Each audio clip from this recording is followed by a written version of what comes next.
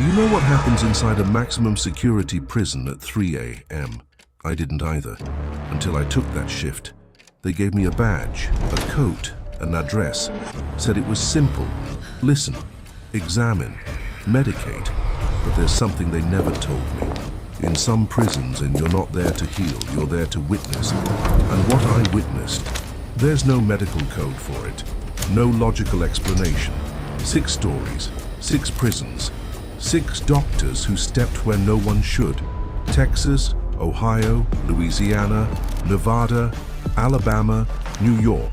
Each of them reported similar symptoms. Silence at the wrong hour. Cameras capturing the impossible. Bodies marked with signs that shouldn't exist. And sounds that enter through the ears. And never leave. If you're here just out of curiosity, you can still leave. But if you choose to stay, get ready. Because what happens behind bars isn't always crime. Sometimes it's something If you're listening else. to this, Buckle up, it's turn on already the too lights, late. and don't touch your ears. If you Don't enjoy ignore this the kind of ears. story, comment, and subscribe to the channel. Every week, new voices bring secrets no one else dared to share. And if you want to go deeper, click the link below and uncover even darker horrors in our exclusive ebook. I took that shift like someone accepting a punishment. It wasn't my day, not even my schedule, but the main doctor had vanished. No notice, no explanation. They called me in a rush, said it was urgent, that they just needed someone to cover 2 nights at the infirmary of a maximum security prison deep in rural Texas. They sent me a map by email as with a short message. Bring your coat, stamp, and courage. I arrived just before sunset. The road was dirt, surrounded by nothing. The main gate's bars rose like bones chewed by time. The concrete was cracked, stained with soot, marked by rain that never dried. The heat was dense, the kind of heat that rises from the ground, not the sky. The kind that makes you sweat without moving. A guard greeted me, no name on his badge. He just pointed down a hall. The infirmary's in the back. You treat through the hatch. Don't go in. It wasn't a warning, it was a rule. The medical wing was a repurposed cell. It smelled of rust and cheap alcohol. The walls were covered in chipped, yellowed tiles. In the corner, 4 beds, chained to the floor. Only 3 were occupied. The 4th was empty, and far too clean. In bed 1, a man with a broken arm. Bed 2 held a pale, bandaged figure recovering from a leg wound. Bed 3 was an older man, thin, breathing shallow, unfocused eyes. A typical prison clinic. Controlled chaos. But something felt wrong. Not just the place. It was time itself. Inside that cell, time didn't pass. It dripped, slow, sticky, dragging sound, sweat and air along with it. I spent that first night checking vitals, organizing charts. Everything seemed too calm. Calm like a ghost town before a hurricane. Around 3 a.m., the fluorescent light above began to flicker. The ceiling fan spun, but made no sound. I noticed only later. The silence hadn't arrived suddenly. It had crept in like poison.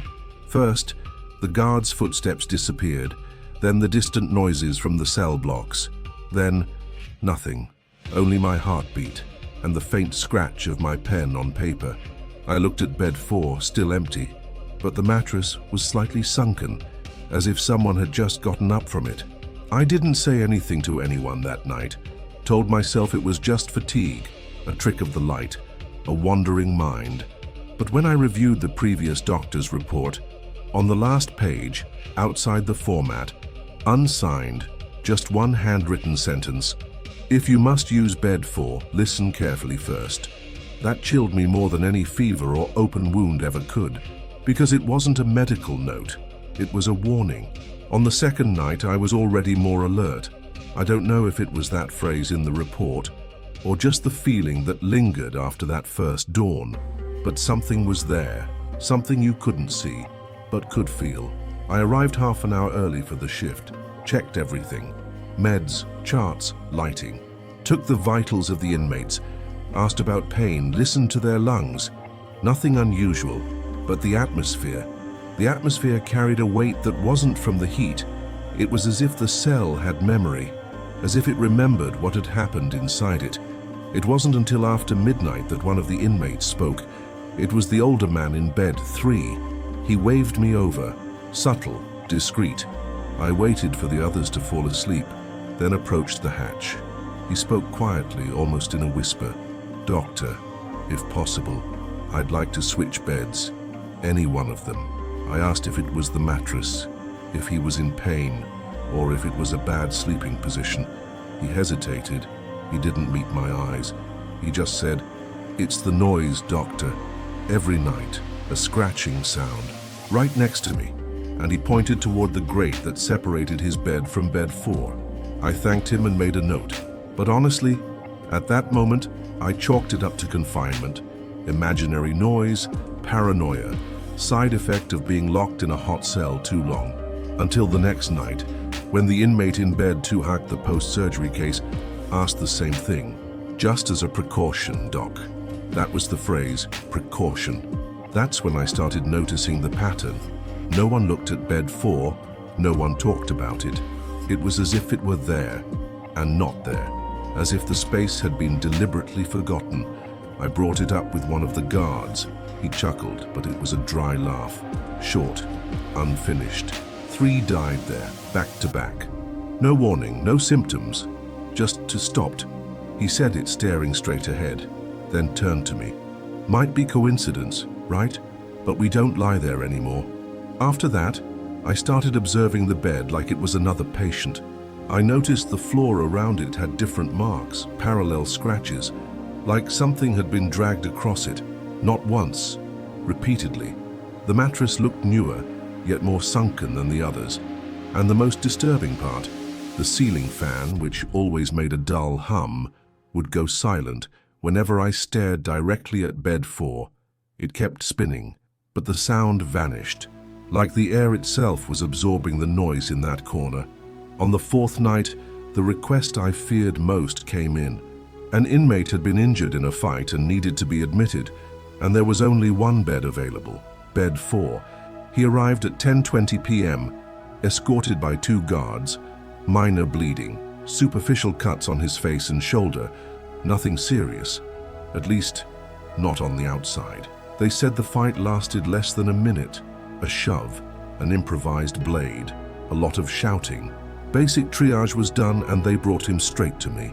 And the only available bed was that one, bed 4. I hesitated, not out of fear, not yet, but because of that kind of unease that doesn't have a name, a pressure in the chest that makes every decision feel wrong. But inside those walls, you don't get much time to think. If you don't act, someone else will. And in that moment, acting meant placing that man in the bed no one else wanted to touch. I followed protocol, recorded his name, vitals normal, gave him an anti-inflammatory, cleaned the wounds, instructed rest. He didn't complain, didn't question anything. He didn't even mention the room. He just stared at the ceiling, unblinking, as if he saw something I couldn't.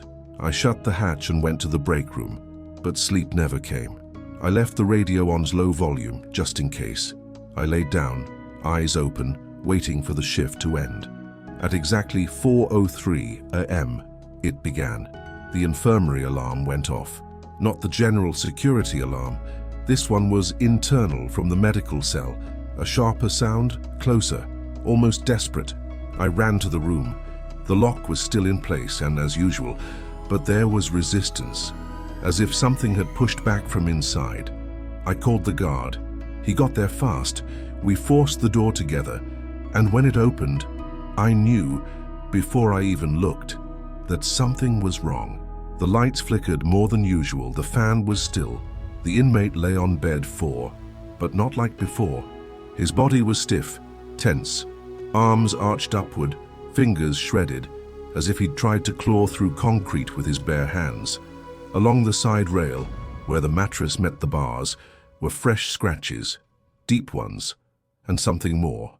Bits of fingernails still caught in the metal, tiny, but enough to show the desperation. We called for backup, but it was too late. The autopsy came 2 days later, and the result left me speechless for a long time.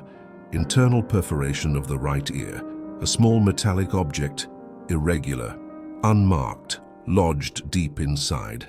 No explanation for how it got there. And then, as if fate wanted to play a joke, I found what was left behind by the previous doctor, the one who had resigned just days before. Among his papers, quietly tucked away on the back of a form, scribbled in crooked blue pen were the words, "If you have to use bed 4, check the ears. They hold things." After that night, nothing was ever the same. Not the infirmary, not the inmates, and not me. The guard who had joked about bed 4 went quiet. He no longer met my eyes. And every time I tried to make small talk, he'd only say, "Better not think too much, Doc, better not dig." All the inmates were transferred within 48 hours. A new batch arrived, all with light conditions, viruses, back pain, minor injuries. But bed 4 remained empty on paper. Because in the room, it never really felt unoccupied again. I started watching the cell through the security cameras at night. Just video, no sound. And that's when I noticed something that shouldn't have been there. The sheet on bed 4, even with no one there, would be wrinkled by morning. A precise crease, always in the same spot like someone had turned over during the night. I replaced the mattress, changed the sheets, cleaned the floor with alcohol. All done by me and the night nurse. The next night, the mark was back again, and the other 3 beds, untouched. It was as if that space refused to stay empty, or as if something there needed to always be lying down. But what unsettled me most was the silence. Not normal silence, the other kind. The kind that swallows the right sounds. The fan still spun, but I could no longer hear its hum. The light flickered without the usual buzz, as if bed 4 was absorbing everything around it. Then a new doctor joined the rotation. He was scheduled to cover one of my days off. On the morning of his shift, he called me. Calm voice, professional tone. Just wanted to ask, anything I should know about bed 4? I don't really believe in this kind of stuff, but just in case. I stayed silent for a few seconds. Then I said, check the ears, and if you can, don't use it. He laughed. But it was the kind of laugh that never finishes, the kind that stumbles when it realizes it might not be a joke. I stayed another 3 weeks in that place, and during that whole time, bed 4 stayed untouched. No patients, no entries in the logs, but the sheets always creased. Every single morning. On my final night, I went in early, organized everything, checked the pharmacy, printed reports, and then I went to the surveillance room. I told the guard I needed to review the footage for clinical reasons. That was a lie. I wanted to see with my own eyes if what had been haunting me was real, or just the product of too many sleepless nights. I re-watched it all. The inmate who asked to change beds. The second one, the death in bed 4. All of them woke up between 3 and 4 a.m. All of them slowly turned over. All of them brought a hand to their right ear. All of them paused as if they were hearing something no one else could. And all of them wore the same expression at the end. Not pain, not panic, but the look of someone who understood something. Far too late. On the morning after my last shift, I received a message in the team group chat. Short, no context, no alarm. Patient with sudden disorientation, removed from infirmary before dawn. That was it. No name, no diagnosis, but I knew instantly they had used bed 4. I didn't ask what happened. In fact, I avoided it because something in me had already changed. I was no longer afraid of being attacked. I was afraid of understanding, because at some point, what scares you isn't what happens. It's what keeps happening. Days later, already away from the unit, I started noticing traces, soft buzzing in my right ear, especially at night, a strange warmth on the back of my neck, like someone watching whenever I passed dark windows, and a constant feeling that I had brought something with me. But the most disturbing thing happened when I reorganized my old files. I opened my shift folder and noticed one brown envelope was out of place. It was the same one where I kept old drafts. But now it held something new, a medical form with the name covered by black tape. Everything filled out, everything signed, in my handwriting, but I had no memory of writing it. In the final observation, there was a single phrase: the sound returned.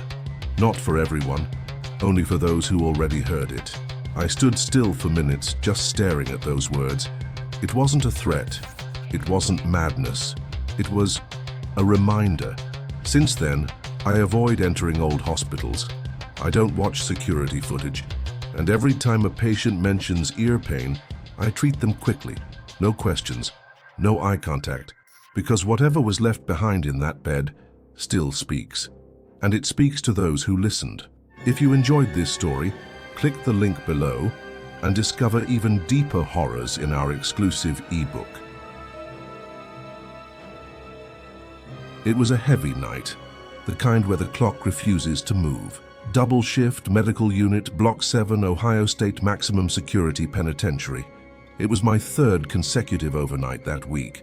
I wasn't sleeping well, barely eating, but I was keeping up with protocol, always. At 2:45 the radio crackled. Sudden loss of vitals in inmate 0312. By the number seam, I knew exactly who it was. Thomas Leary, mid-30s. In for aggravated robbery and resisting arrest. Clean record over the past 18 months. Exemplary behavior, no significant medical history. None. I grabbed my emergency kit and headed straight there.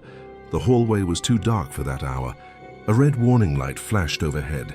No noise, just the echo of my boots against the concrete. The cell was unlocked. The body was on the floor, leaned into a corner, head resting on a folded sheet. There was something calm about the way he was positioned, as if he'd laid down by choice. I examined him. Cold skin, dilated pupils, no light reflex, no radial pulse, no carotid, auscultation, absolute silence. I looked over at the guard beside me, already sweating in silence. I signed the protocol. Time of death, 2:59 a.m. The body was transferred to the cold isolation room to await the coroner in the morning. And that should have been the end of the night, but it wasn't, because at 7:12 when the morning crew came around to distribute breakfast, Thomas was sitting in his cell again, awake, breathing, and smiling. I was called into the medical director's office at 9 a.m. She looked pale, holding a tablet with the footage from cell 12. On the screen, Thomas sitting alive. She said just one sentence: "Review the footage." From the beginning, I rewound to the night. At 2:46 a.m., he was still breathing, facing the wall. At 2:48, he stopped moving. By 2:49, all signs were gone. At 2:59, the body was removed. Everything confirmed, clinically sound, dead. But at 6:47 a.m., the camera reactivated with motion detection. Grainy image, dim light. Thomas was sitting. No sound, no transition, no movement upward. From one frame to the next, he simply appeared seated, staring at the floor like he'd been waiting. I froze. I played the footage over and over. There was no cut, no glitch. It was as if something had put him back there, not standing, not walking in, placed. The most disturbing part: the body that had been removed hours earlier was no longer in the isolation room. I went there myself. I had to see it. The gurney was empty, the blanket folded neatly. The night nurse said a guard had returned the body to the cell, but that guard was no longer employed at the facility. He'd been terminated 3 weeks ago. From that moment on, the case was out of my hands. Prison security took over the investigation, but quietly. No reports, no memos. The order was simple: don't mention anything, just observe. I tried, but the next day, Thomas spoke to me for the first time, and what he said has never left my mind. He called me by name, not doctor, not medic, my full name. No hesitation, no mistake. It happened late in the morning, 2 days after what the staff now nervously referred to as the return. I was walking past the wing, going to review the meds for the new inmates. When I heard Dr. Gabriel Mura, I froze immediately, turned slowly, trying to rationalize. Maybe he overheard someone calling me, maybe he read my badge. But when I got close to the cell, he was already waiting, eyes fixed, body completely still, and that smile, that damn smile. "How are you sleeping, doctor?" he asked in the calmest voice I'd ever heard inside a prison. Low, no sarcasm, almost concerned. I didn't answer, just watched. His eyes were deep, dull, yet too alive, as if someone else was looking out from inside, and that someone wasn't him. I backed away, wrote it down, returned to the infirmary with a feeling I had never experienced in 7 years of prison shifts. The feeling that I was no longer the professional, I was the patient. That night, I tried to sleep early, took a light sedative.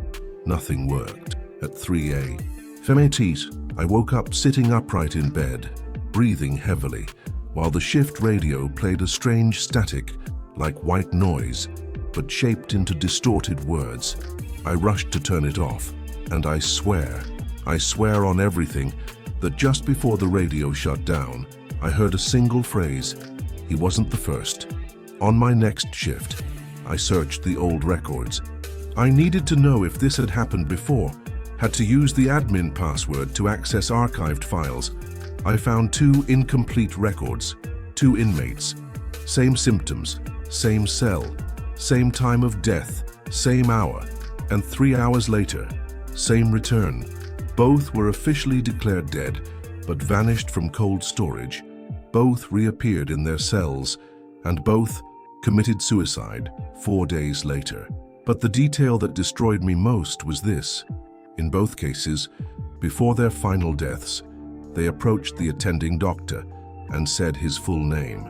After that shift, I started counting the days, not to leave, but to see how many were left until the 4th. In the 2 previous cases, the inmates returned and died again on the 4th day. Today was the 3rd. During the shift, I noticed that Thomas was speaking less and less, but his gaze remained fixed, constant, as if he was waiting for something or someone. At 2:11 a.m., Central called me. An inmate in Block 3 was experiencing sudden chest pain. I ran over, I treated him, stabilized him, nothing serious. But when I returned to the medical station, I found a brown envelope on my desk. No sender, no stamp. Inside, a single printed page, the transcript of the camera footage from cell 12, Thomas's cell, line by line, minute by minute. But the video hadn't been reviewed yet by anyone on staff. Someone had handed me a record that didn't officially exist yet. I went straight to the monitoring room, requested access to the footage. I fast-forwarded to the previous night. At 3:03 a.m., I saw Thomas rise from bed. He wasn't walking, he was gliding. He moved to the far wall, pressed his ear against it, remained still for exactly 4 minutes and 44 seconds. Then he returned to the bed and lay down.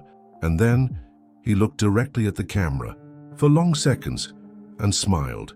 I rewound, paused, zoomed in on his face. That's when I noticed the smile wasn't his. The expression was subtly off. The jawline didn't match. The eyes didn't belong to the same face. It was as if someone was wearing Thomas's body. The next morning, the radio crackled again. Muffled voice, almost distorted. Mura, cell 12, unidentified movement. I grabbed my badge, ran. When I got there, Thomas was no longer in the cell, but something was on the mattress, an impression, a shape, as if someone was still lying there, and on the opposite wall, written in what looked like dried blood, a single word, right. That night, I didn't go home. I stayed inside the facility, locked in the infirmary, radio off, lights out, waiting. I knew there was no point in running. The pattern always repeated. The 4th day always came. But what no one realized was that the goal was never death. It was the record. The message on the wall was clear. Right. Around 3:17 a.m., I heard the sound. a subtle hum coming from inside the fan, even though it was turned off, and slowly, the sound became a voice, low, familiar, mine. It repeated phrases I had never spoken aloud, fragments of what I saw, details I had hidden, fears I had never dared confess. I went to the report room, grabbed a blank clinical form, and I began to write. Not the protocol, not what they expected. So I wrote everything. The first night, the body that returned, the smile that wasn't his, the voice on the radio, the name, the wall, the warning. I wrote until my hand hurt, until the silence returned. The next morning, I handed the form to the supervisor. He didn't read it. He just looked at me like someone who already knew, like someone who had written one, too. On the next shift, a new doctor was assigned to Block 7. I watched her arrive with a clean coat and curious eyes. I pointed towards cell 12, and before she said anything, I left on the desk an envelope with the form I had written, with a single handwritten sentence on the back. He wasn't the first and won't be the last. After that, I requested permanent removal. Today I work in a rural clinic. No night shifts, no cells, no cameras.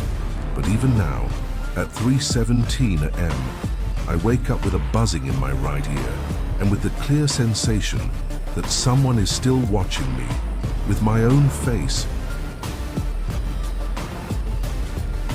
Have you ever seen a human bone with an inscription, a mark, as if it had been carved from the inside out? I have, and from that day forward, everything changed. I'm not one to believe easily. I've worked with imaging for 11 years, clinical radiology, prisons, field hospitals, but what happened in that medical annex deep in Louisiana was no machine error.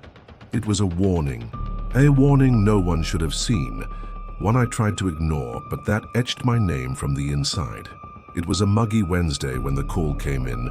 State Prison of Louisiana, medium security block.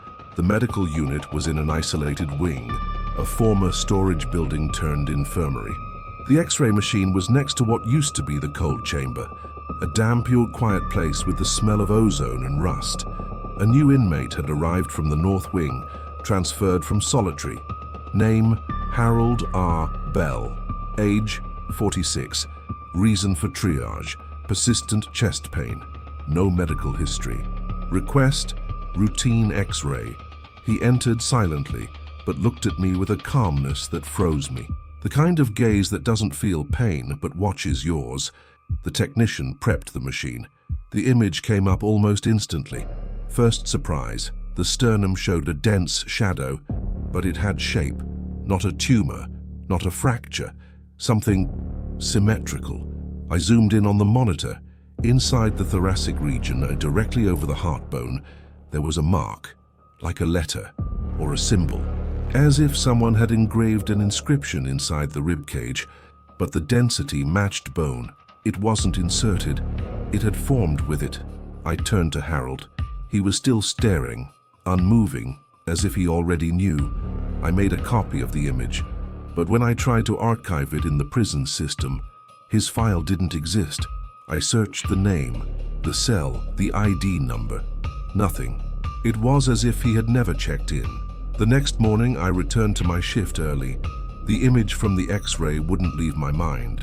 That mark on the bone wasn't just strange, it was impossible. Bones don't grow with inscriptions. Not like that, not with symmetry, not with intent. I pulled the backup I had saved on my personal flash drive and enlarged the image on the surveillance room computer. The symbol looked like something between ancient Greek and Coptic, but with a modern slant, as if it had been drawn with a ruler and a knife. The most disturbing part, it pulsed. Yes, when increasing the contrast, the center of the mark looked darker, and in a sequence of images, it changed tone, as if there was flow, as if it was breathing. I contacted the administration office, trying to find any record on Harold R. Bell. Nothing. The ID number belonged to an inmate who had died 4 years ago during a fire in another prison. I returned to the cell where he supposedly stayed. Empty. Cell 03B. The guards said no one was transferred there that week. I showed them the x-ray. One of them turned pale. He said that kind of case wasn't to be filed. He said, "This kind of case you discard, doc." At the end of the shift, I found a brown envelope in my drawer. No sender, no label. Inside were 5 old x-rays, all of the same region, the chest, and on each one says a different letter, as if each image were part of a word still being written, as if someone or something was using bodies as a page. In the last image, there was a folded note. "You read the first chapter, now it's your turn to write." I took the envelope home. Against all protocol, against every regulation, I wasn't going to leave those images at the facility because deep down, I already knew this wasn't evidence. It was a key. I got home around 2 a.m. I was exhausted, but I couldn't sleep. I left the envelope on the kitchen table, the x-rays inside, but I couldn't make it to the bedroom. I just stood there, staring at the package. It felt heavier than it had earlier, so I decided to examine the images one by one. I taped each x-ray to the wall. 5 images, 5 symbols, 5 different bodies, and as I aligned the markings, I froze. The letters connected. They weren't isolated symbols. They formed a continuous line, like a signature written in human bone. And in the center of that layout, between all the images, one was missing. It was as if someone was trying to complete something. A name, a summoning, a sentence. I returned to the first image, Harold R. Bells. And when I enhanced the contrast again, the symbol wasn't the same anymore. It had changed. Yes, altered. It no longer matched the original version. And now, the mark looked like the first letter of my last name. I collapsed into the chair, sweating. I checked the original file on the flash drive. It was different from the one I had printed. That's when it hit me. The x-rays were alive, or at least something was updating them, something still in progress.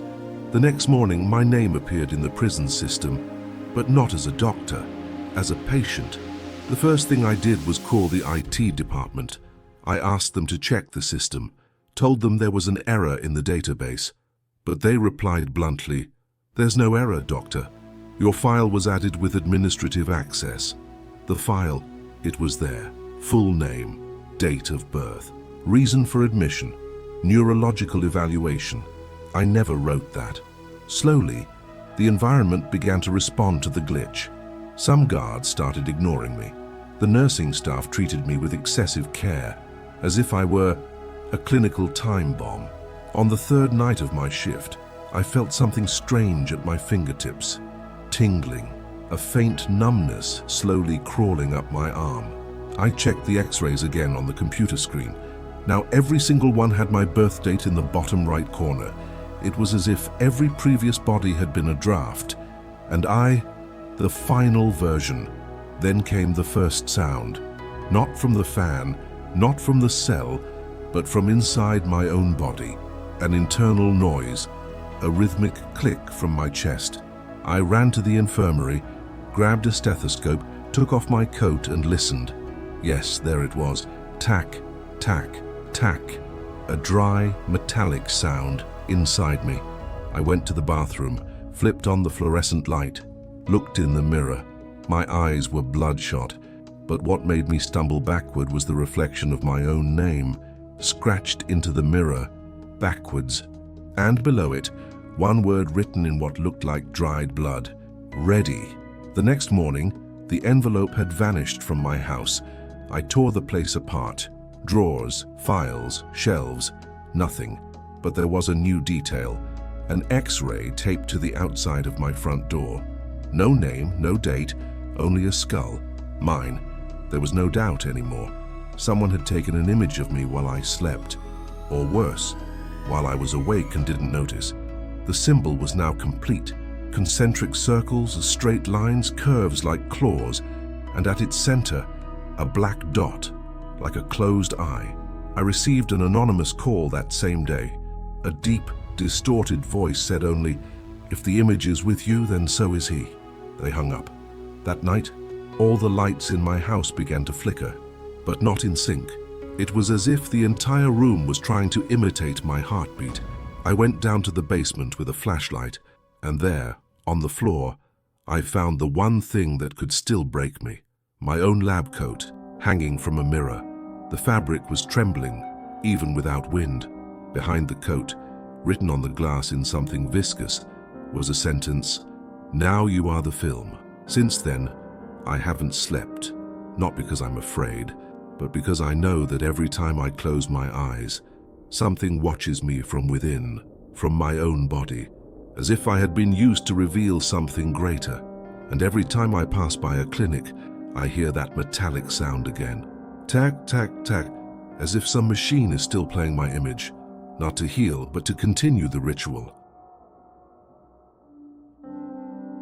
I accepted a surprise transfer to the high-risk medical ward of a penitentiary in rural Texas. The shift came suddenly. Routine changed. A shield and lab coat thrown onto my uniform. They said it was part of a new transparency protocol, a fully glass-enclosed medical wing, soundproof and reinforced. Reason? Security. But the glass was too thick to be just protection. It felt like a containment barrier. The ward was nearly silent. The strange part, the quieter it got, the worse it felt. Sound wasn't just absent, it was swallowed by the translucent layer, and the inmates behind the frosted glass walls would approach their windows every 4 hours, always with hollow eyes, watching but not seeing. During my first shift, I had to wait for the scheduled hour. All medical procedures were to be displayed openly, with no sound. The patient arrived, exposed, weak, eyes out of focus. I treated him by the book, regular entries, but the entire setup felt like a performance. And within the sterile geometry of that glass room, there was a moment I caught a smile on the frosted surface that wasn't mine, nor the inmates. It was someone else's. On my second night shift in the glass wing, something changed. It wasn't sudden. It was like a whisper slowly becoming a scream. The wing looked the same. Clean hallways, thick glass walls, inmates arranged in silent rows. But time inside those chambers began to move differently. My office clock showed 9:13 p.m. The inmate's clock, on the other side of the glass, showed 2:47 a.m. Neither was stopped. Neither was broken. Protocol stated that inmates always remained behind the glass, never inside the main room. But that night, one face was closer to the glass than it should have been possible. The glass was double-layered, 15 centimeters thick, and the inmates' chairs were 5 feet away from the panels. Yet there he was, a thin man, eyes fixed, forehead pressed against the glass as if there were no barrier at all. I approached slowly, looked closely. There was no fog on the glass, no breath marks. And then he smiled. But it was the glass that smiled. The reflection from my flashlight revealed the impossible. His face wasn't three-dimensional. It was a flat imprint, a shadow reflection trapped inside the internal layer of the glass. I stepped back, blinked. When I looked again, no one was there. I considered hallucination, exhaustion. But when I checked that inmate's medical file, something worse awaited me. He didn't exist. No name, no intake form, no x-ray, no file. But on the back of a loose sheet, written in pen, there was a sentence. Some names only appear from the inside. I started reviewing the security footage, scrolled back through the last few weeks, and that's when the fear finally caught up to me. There were faces, many faces, staring through the glass at unauthorized hours, on days when the wing was supposed to be closed. Faces that only showed up in the footage, but never in person. A pattern was forming. They always stared at the same place. The treatment room, my room, and slowly, I realized something even more terrifying. One of them looked exactly like me. Same forehead, same faint scar on the eyebrow, same tired eyes. But he didn't move. He just stood at the glass, waiting for me to notice him, as if he knew exactly when I was watching. The next night, when I arrived for my shift, the door to the glass chamber was unlocked. It was never supposed to be. Inside it, everything looked untouched, except for one detail. The panel where I had seen my reflection smile was cracked, and behind it, far back, almost invisible, there was a shadow with my face staring back. On the third night, the silence wasn't just the absence of sound, it was the presence of something that shouldn't be there. I returned to the wing with my mind disturbed, but I faked normality, greeted the entrance guard, checked the medications, sat down in the records room. But I knew that the crack in the glass was more than physical damage. It was a warning. The fracture had a strange shape, not a circular impact. It was a curved line, like the outline of half a face. And when the light hit it just right, I saw something else. Vertical scratch marks behind the glass, as if someone had tried to draw with nails or claws. From the inside, without warning, the medical room lights flickered. Once, twice, 3 times. Then they stabilized. But something lit up on the surveillance screen. Camera EO6 pointed at the back hallway was streaming in black and white, showing a figure standing still, motionless, right in front of the glass chamber door. But when I opened the door, no one was there. I replayed the footage, and the most disturbing part, the figure had no face. It was a body, a silhouette, but where eyes, mouth, and nose should have been, there was a smooth, opaque surface, like frosted, polished glass. Then a strange memory came to me, an old report from a sick inmate who had passed through months earlier. In the chart, handwritten and ignored by every doctor, there was a single note. When I look into the glass, it gives something else back. For the first time, the thought struck me. Those glass walls weren't just for separation. They were inverted one-way mirrors, and something was on the other side, watching, learning. The next morning, I requested routine imaging exams for the inmates in the wing. I needed to confirm if what I saw was psychological. But in the middle of the results, a surprise. One of the inmates had the same scar as I did, same side, same angle, same size. His name? Dr. Matthias Nunes, same as mine, but I had never treated him. I arrived for my shift convinced that nothing would make sense anymore. I had a photo of an inmate with the same name and scar as mine, but he'd never been in the wing. It was as if someone was trying to replace me or mirror me. In the first hour, I noticed something else had changed. I walked through the ward. The glass, the barrier that was supposed to be impassable, showed my shadow, but there was motion in it, as if I'd trapped 2 silhouettes, one inside the wall. I waited until 3 a.m. The dim light settled over the corridor, empty. When I passed by the glass, I saw my reflection did not return. I turned to look in the mirror in the locker room, smile, back to the glass. Shadows. Again, it wasn't just me absent. It was refusal. A phone buzzed. A call with no number. I answered. Silence. But when I hung up, I heard it. A voice from behind the glass. On the recording, it was perfectly clean. In reality, a whisper. My own voice, pale and repeated, "You are not real." That's when I realized they were trying to expel me, not from the wing, from myself. I sprinted to the monitors, scanned the footage. I saw the phantom inmate with my face waving at the camera. Moments later, he dissolved into black glass. I locked the wing's door with chains. It might sound dramatic, but I was terrified of crossing that glass, because I feared it would shatter and I wouldn't come back. But the next morning, I found something torn and left in the treatment area.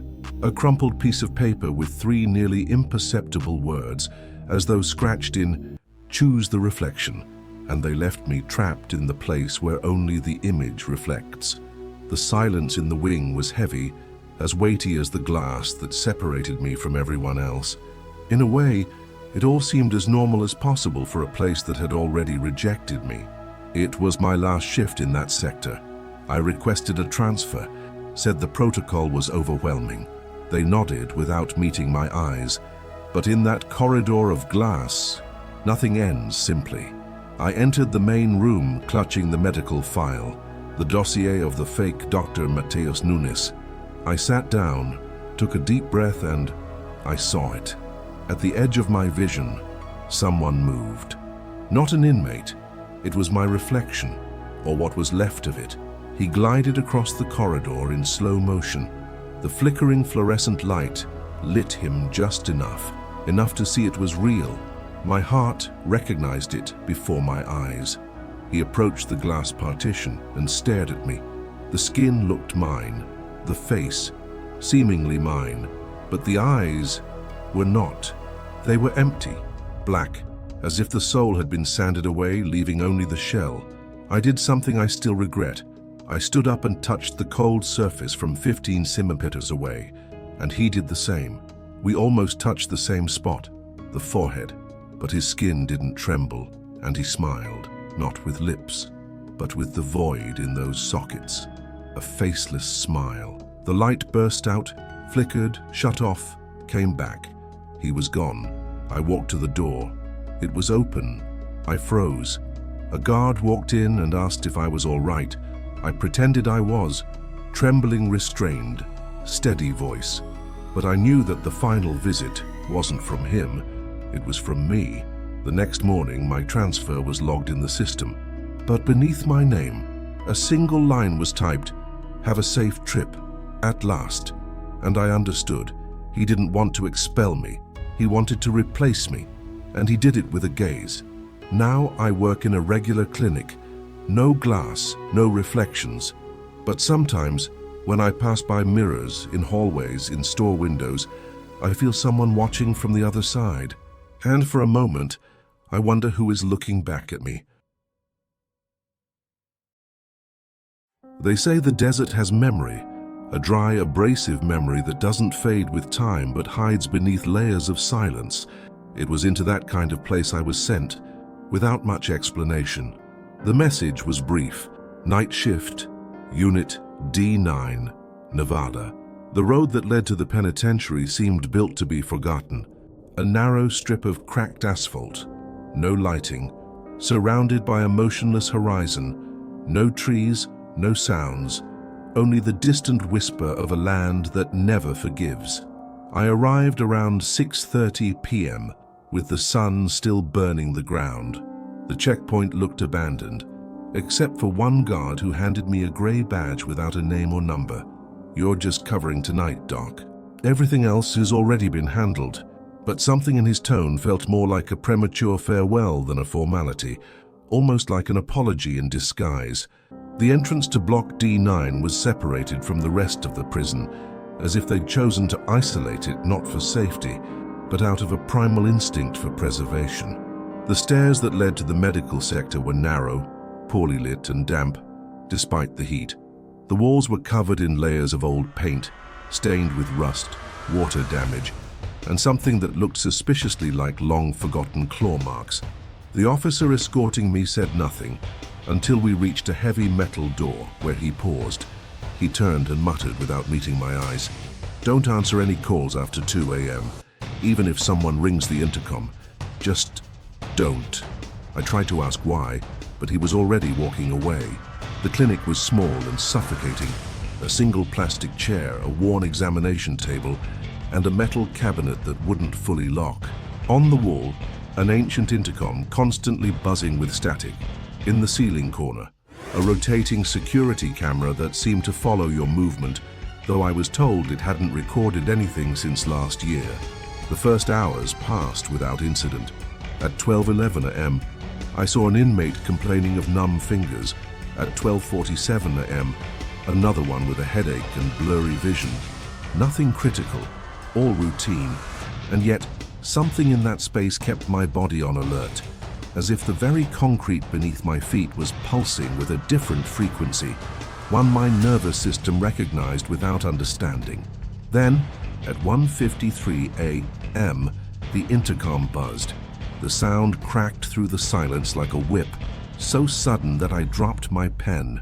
A man's voice, calm, slow, almost gentle. "Doctor, someone fell in here." I instinctively asked for a name, cell number, unit. The response came with unsettling clarity. "Block D9, Isolation Wing, Third door. I froze. According to the map they had given me, that section, D9 isolation, he was officially deactivated. No inmates, no activity. It had been marked as out of use since 2018. I tried calling security over the radio. No response. Tried again, nothing. But it wasn't ordinary silence, and it was absolute, like the air itself had been vacuumed away. I turned back to the intercom. It was still open. I asked again, trying to remain calm. "Who's speaking?" No direct answer came. But then, my own voice echoed back. "Who's speaking?" Speaking, "King." It was an echo, but not the kind that bounces through space. It came from within the device, as if something or someone was repeating every word intentionally, with exactly 1 second of delay, always 1 second, like it was testing me. I looked up at the monitor. The hallway camera, which usually rotated aimlessly, had locked into position. It pointed straight down the isolation corridor, and in the corner of the screen, something moved. A shadow. No form, no sound, just a shape sliding across the far wall as if gliding. I was about to shut off the monitor when the intercom buzzed again. This time, the voice didn't request help. It didn't mention a fall. It simply said with surgical precision, "Doctor, my full last name. You remember what you saw. Every hair on my body stood on end." I had never spoken my name to anyone that night, not even to the inmates. And yet, someone or something knew exactly who I was and had been watching me, right there, in that forgotten wing, as if I had already been there before and had simply forgotten, should have finished the shift, pretended the faulty radio was just another broken piece of equipment and that the echo on the intercom was some kind of interference. But there are things you can't unhear. There are names that, when spoken by a voice you don't recognize, crack something inside you. And there, in that humid, suffocating cell with walls sweating from the heat of the underground, I felt that crack slowly splitting wider. I grabbed the flashlight, unlocked the door to the infirmary, and walked toward the isolation wing. The floor felt sticky under my boots, like the concrete was absorbing moisture from the air. My footsteps echoed, but something was off. They were delayed by 1 second, always 1 second. At the entrance to Block D9, I found the padlock closed, but not locked, just hooked in place, like someone wanted to pretend it was secure. I pushed slowly. The hinge groaned, opening a narrow gap into the darkest hallway I had ever seen. The isolation wing had only 3 cells. No windows, no signs of life. Numbers were fading on the wall, C1, C2, C3. The third door was slightly ajar. The air inside was different, dense, electric. There was no breeze, but the hairs on my arms stood up as if something inside me was trying to escape through the skin. The flashlight flickered once, then again. I held my breath and moved closer. Cell 3's door was open just enough for a crouched body to slip through, but I didn't enter. I just pointed the beam inside. Nothing. It looked empty, but the light caught something on the floor. A dark stain, thin, trailing toward the drain. I crouched. It was liquid, but dry around the edges, too dark to be fresh blood. And then I heard it. Not a voice, not a human sound. A low, continuous noise, like a whisper coming from the concrete itself, as if the cell was breathing on its own. I stepped back. The flashlight flickered again, and that's when I saw it. On the ceiling of the cell, something was carved, not written in ink, in nails, torn letters scratched into cement. "Listen before you answer." And at that exact moment, the intercom in the infirmary buzzed again. Even from where I was, even with thick concrete walls between us, and the voice was clear. "Third door is open." The message wasn't for me, it was about me. I returned to the infirmary in silence. I didn't run, but I also didn't look back. There was something in the air, a feeling that if I turned around, I'd see something I would never forget, and worse, something that wouldn't forget me either. I closed the door slowly, turned the lock until I heard the click. The radio was silent now. No static, no calls, as if it had grown tired of warning me. I sat in the spinning chair and tried to reason. Maybe the intercom had interference. Maybe cell 3 hadn't been locked properly. Maybe I was just too tired. But the writing on the ceiling, that doesn't come from exhaustion. Listen before you answer. That phrase kept hammering in my head, and the more I thought about it, the more I felt a noise, not outside, inside. It was like the sound was trapped behind my own ears. Like a memory I didn't have was whispering in a language I didn't yet understand. I went to the bathroom mirror, splashed water on my face. I stared at myself, and then I noticed I couldn't hear the faucet anymore. The sound of water had vanished. I touched the wall, nothing, but the noise came back when I pulled away. It was like the sound was still there, but trying to hide. And for the first time since I entered that facility, I felt true fear, not of what I had seen, but of what I was starting to hear. The next morning, during the shift change, I mentioned what I had seen. Not everything, of course. I only said I found cell C3 slightly open, and that the intercom had interference. The new nurse just nodded, but it was the security guard who reacted strangely. He froze for half a second, quick but noticeable. Then he went back to shuffling papers like I'd commented about the weather. I asked him to request a camera check in block D9. He said he'd talk to the supervisor, but he never mentioned it again. That's when I started to notice the pattern. Every time I brought up block D9, even indirectly, the mood shifted. Eyes looked away, conversations evaporated, and bodies tensed as if activating some old instinct. Don't ask, don't push. On the third straight day of duty, I requested to see the medical records from the last 5 years of the isolation wing. The technician hesitated, then gave a weak smile. Not much in there, Doc. Hardly anyone gets sick down there. A lie. There were only 3 files in the folder, 3 names, all with incomplete reports, vague diagnoses, and no discharge or death notes. But the most disturbing part was the final line on each of them. Internally transferred. No date, no stamp, no signature. Transferred where? And why does no one, absolutely no one, seem to know the answer? I already knew the answer. Or rather, I was already hearing it inside me. Low, vibrating, persistent. It's not that the others didn't know. It's that they knew too much. And that's why they stayed silent. On the 5th night, the atmosphere changed. The air was drier. No noise in the corridors, not even from the rotating cameras. I arrived at the unit early. The key to block D9 had been left out, something that never happened without formal request. As I passed through the iron gate, I felt like I was entering a different kind of space. The silence there wasn't the absence of sound, it was fullness, as if something invisible occupied the air. I went straight to cell C3, locked the door behind me, sat on the floor and waited. I don't know how long I stayed there, but at some point, the intercom buzzed. This time I didn't run, I didn't flee, I answered. On the other end, silence, but there was a background noise, a muffled echo, slow, like an old recording being rewound, and then a voice, not a human voice. It was deep, rasped, as if it came from the concrete itself. Words spoken in a language that doesn't exist, but I understood, because they weren't words you hear, they were words you feel. My ear began to throb. I felt a buzzing inside my skull, but I didn't scream because there, in that cell, I understood what was happening.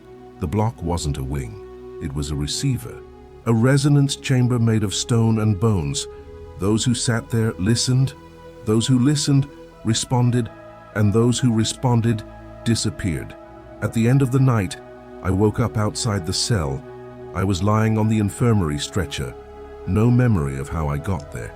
In the duty log, my name was signed as usual, but beside it, there was another signature. Same handwriting, same name, but I wasn't the one who signed it. I took that shift out of necessity. It wasn't my first choice, it was my only one. A temporary contract in the far north of Alaska.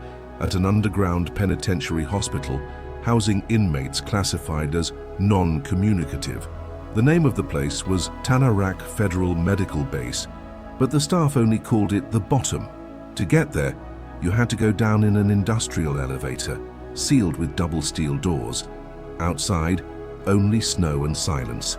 Inside, it was like descending into the earth, to a place where time stopped counting. The hospital wasn't large. 3 corridors, 6 medical cells, and 1 observation room. The night shift was done alone. No permanent nursing, only radio, cameras, and protocols. When I arrived, the immediate sensation was of total isolation, not just physical, psychological. The air was dry, almost metallic. The lights had a pale blue tone, and the walls didn't reflect sound.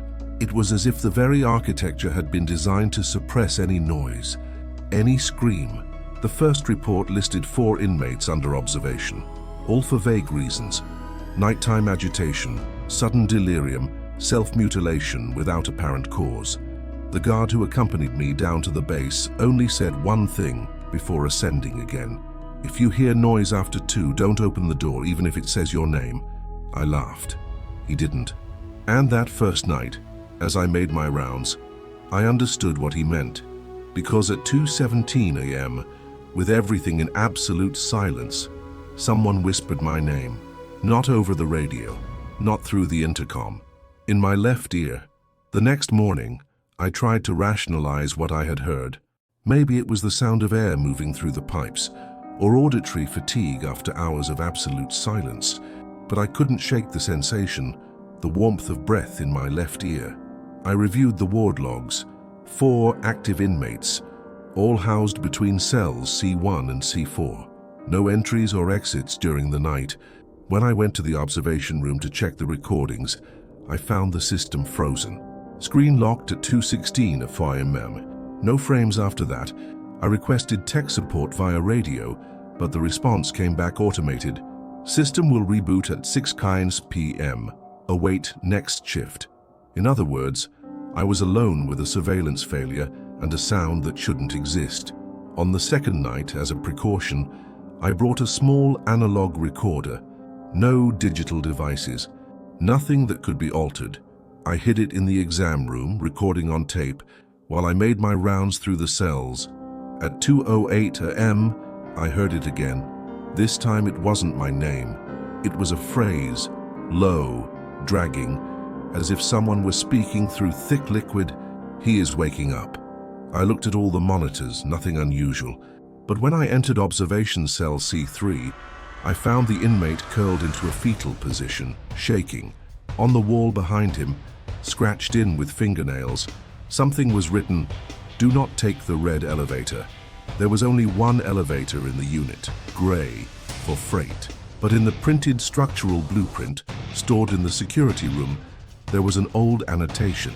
An entry labeled Shaft D9, red access, deactivated. I had never heard of it. Not in the briefings, not in any reports.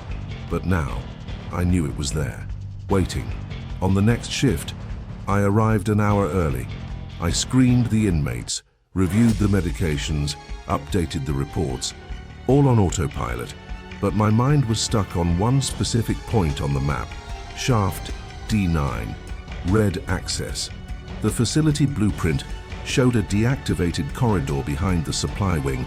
It wasn't listed in the digital records, as if it had been erased from official existence, but the access was real.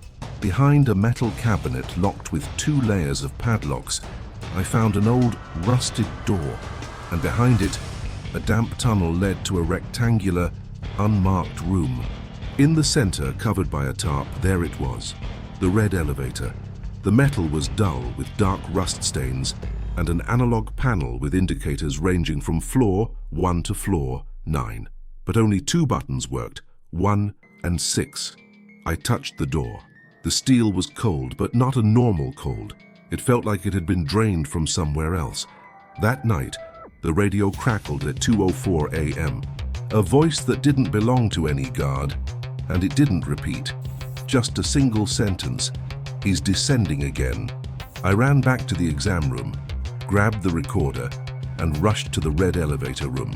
When I arrived, the tarp was on the floor. The panel was lit. The 6 button blinked red. Without thinking, I pressed 1, just wanting to bring it back up. But the elevator didn't move. I stood there for nearly 5 minutes, listening, not to the sound of machinery, but to something coming from inside the shaft. A wet sound, breathing, alive. I returned to the infirmary faster than I should have. And when I checked the monitors for cell C3, the inmate was standing, both ears covered in blood. And on the wall, a new scratched message: 6 is not the end, only the beginning. The following night, everything began to unravel. The clocks in the ward froze at 2:03 a.m. All of them, even the analog one on my wrist. Time stopped for exactly 58 seconds, but I felt the gap. It was like diving into a place with no air. In the clinic, the analog recorder played the old tape I had hidden, but it didn't capture ambient sound. It recorded something else. Voices, overlapping phrases, in languages I didn't recognize. Fragments repeated like drowned whispers. Don't open your eyes. He watches from inside. 6 doesn't end. The next morning, I tried to report it to the medical director, but he didn't show up. In his place was a man in a dark suit, badge from the Federal Security Department. He said it was just a routine inspection. When I mentioned the strange reports, he replied only with an empty smile. What's buried must remain functional. I went to cell C3. The inmate was no longer there.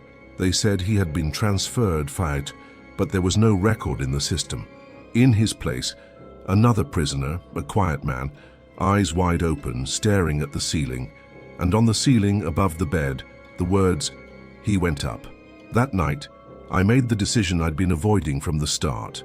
I returned to the red elevator. This time, the 6 button was off, but another was lit, 7, whatever it was deeper now, and it was calling. I descended. The 7 button gave way with a dry click, and the elevator, dormant for days, trembled. Not like a machine, but like a body waking after far too long in silence. There were no lights during the descent. The panel went dark, and the only sound was the echo of what felt like breathing, slow, matching the rhythm of my heartbeat. When the door opened, the corridor was damp with organic walls. It looked like petrified flesh. The floors were covered in scratch marks. And at the end, a circular room with mirrors that reflected what wasn't there. At the center of the room lay a gurney, and on it someone. It wasn't a patient, it was me. The reflection in the mirror showed my face, still. But on the gurney, the eyes were open, looking at me, smiling. Before I could react, I felt something pass through my hearing, like a liquid buzz. I dropped to my knees. Blood streamed from my nose. The thing whispered without a mouth, "You've been here before." From that point on, I don't know what was real. I woke up in the clinic. The staff said I fainted during the shift, but my wristwatch read 9. Since then, there's a mirror in my house I insist on covering, because every time I uncover it, I'm still there, on the gurney, smiling, waiting to descend again. I accepted the invitation to oversee a file digitization project at the decommissioned Old Main Penitentiary in Santa Fe. The mission was simple: scan historical files and record panels from the 1980 riot. That place was no longer just a building. It was a living archive of pain. The smell of scorched velvet still lingered in the air, mixed with traces of old latex and rust. The cells in Block 4 were intact. The fire marks, grotesque, nearly splattered across the cracked masonry walls. For hours, I scanned faces and records. Many names were crossed out, many drawings at the bottom of the sheets, flames, pairs of handcuffs, vague symbols. Everything was eerily silent, as if the building whispered memories in a low voice. At the end of the day, the scanner froze, the screen blinked. Error 1980, and there, written almost automatically, a title appeared on the screen: They Returned to Tell. I returned the next day with a strange weight in my chest. It felt as if something had been set in motion and was now pulling me back into that suffocating hallway, as if the building was waiting for me. The files were still there, stacked like sleeping corpses. The scanner screen turned on without any command. It typed on its own. Date 02/02/1980. Time 3:17 a.m. The exact time when, according to the official report, the riot began. I took a step toward Block 4.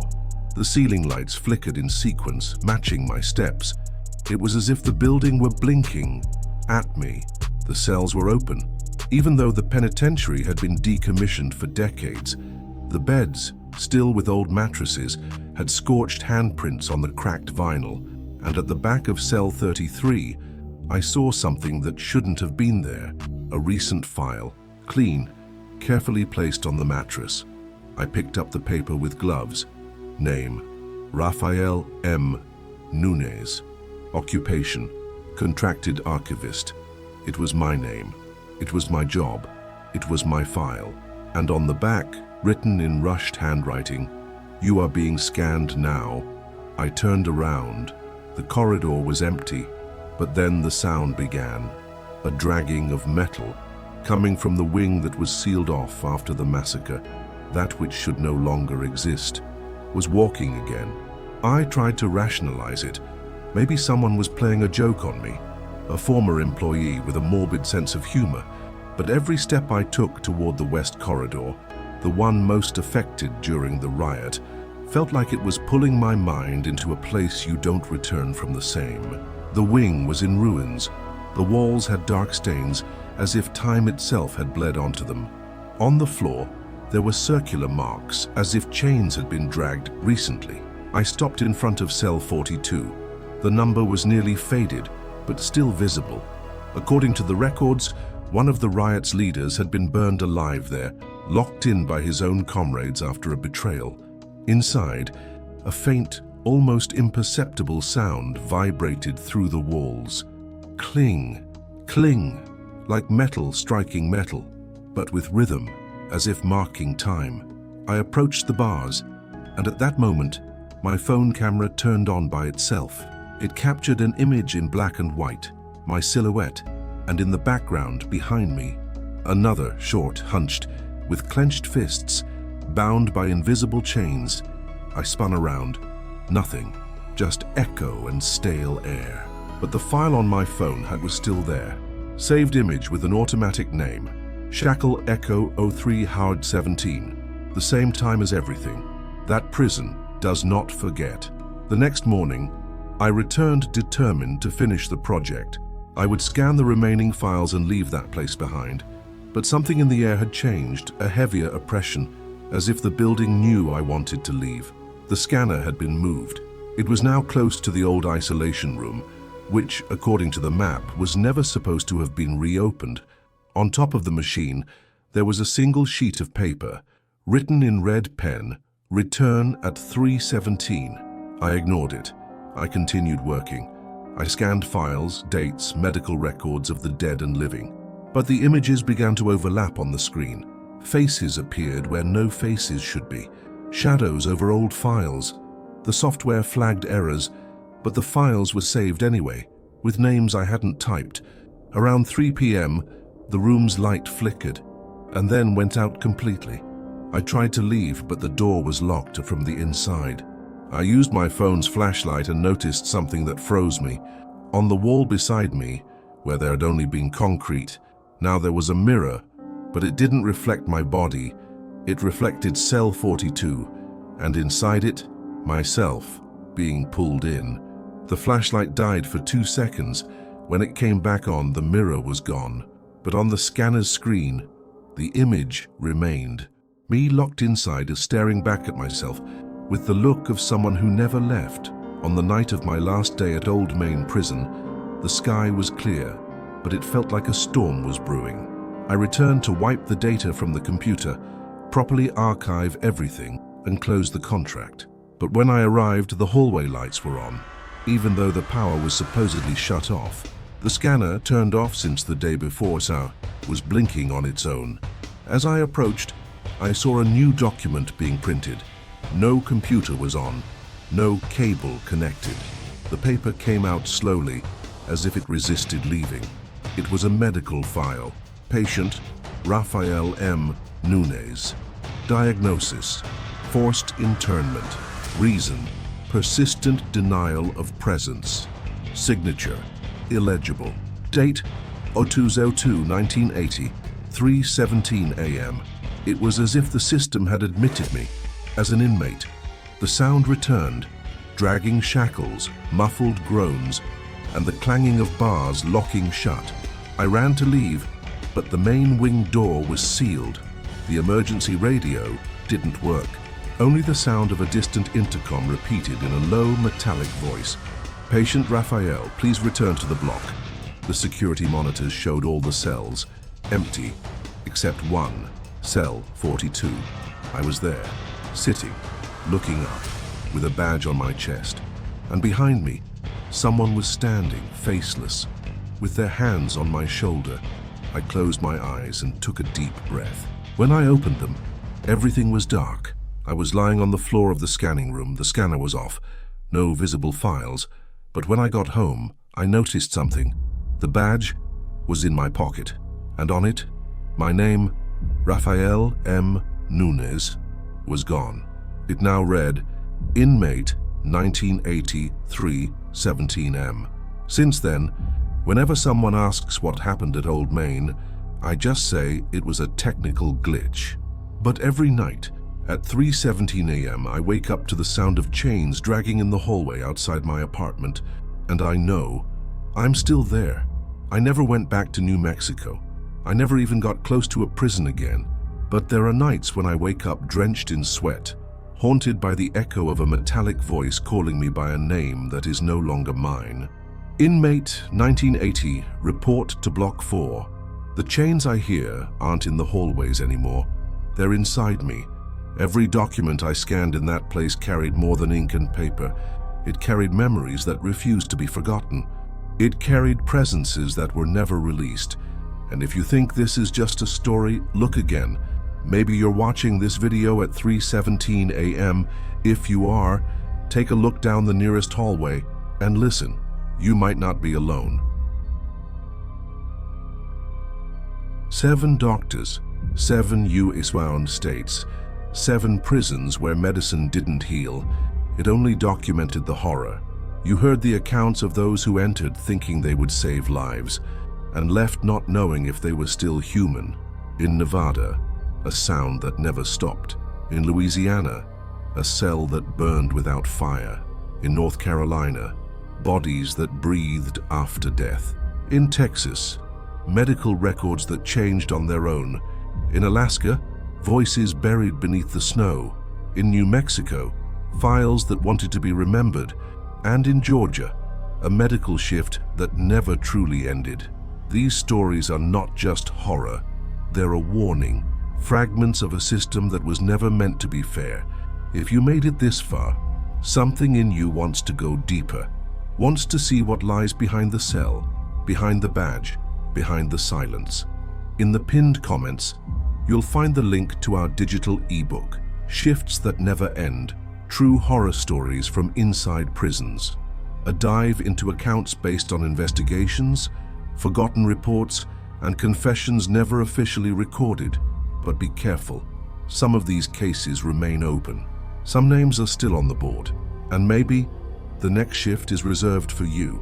Click the link, download the ebook, but only if you have the courage to keep reading after the last page.